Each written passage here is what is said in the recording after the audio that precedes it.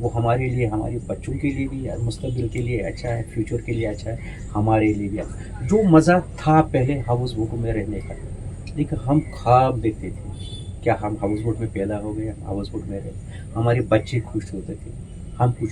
یہاں پہ یہ جو زمین ہے نا آپ دیکھ رہے ہیں, یہ ایسا نہیں تھا, سلوپ نہیں تھا, یہاں پہ پلین زمین تھا. ہمارے پاس 1989 سے پہلے وہ بالو بھائی ایک بہت بڑا ٹریول ایجنٹ تھا بمبئی میں, اور مہارانی کالج ہے بنگلور میں, وہاں سے ہمیں لڑکیاں آتی تھے تو ہم یہاں پہ ٹنٹ لگاتے تھے, ٹنٹ شامی نل, ان کے اندر ان کو شام کا کھانا دیتے تھے, سویرے کا بریک فاسٹ, دن کا لنچ دیتے تھے. بہت اچھا لگتا تھا. خود ہم پھول لگاتے تھے اس میں, خود ہم گھاس لگاتے جس کو درمن کہتے وہ لگاتے تھے. لیکن جب سے یہ کیا ہمیں مشکل ہوتا ہے نیچے آنے کا, ہمیں مشکل, کم از کم آپ دیکھ لیجئے ہماری گھٹنے بھی خراب ہو گئے. یہ 30 مطلب سیڑھیاں کتنا بنائی ہیں, اس سے یہ اس کی جو ریور جہلم کی خوبصورتی ہے تباہ ہو گئی ہے. اس سے اس کا کوئی بھی خوبصورت نہیں بڑھا ہے, اس کا تباہ ہو گئی اس کی خوبصورتی ریور جہلم.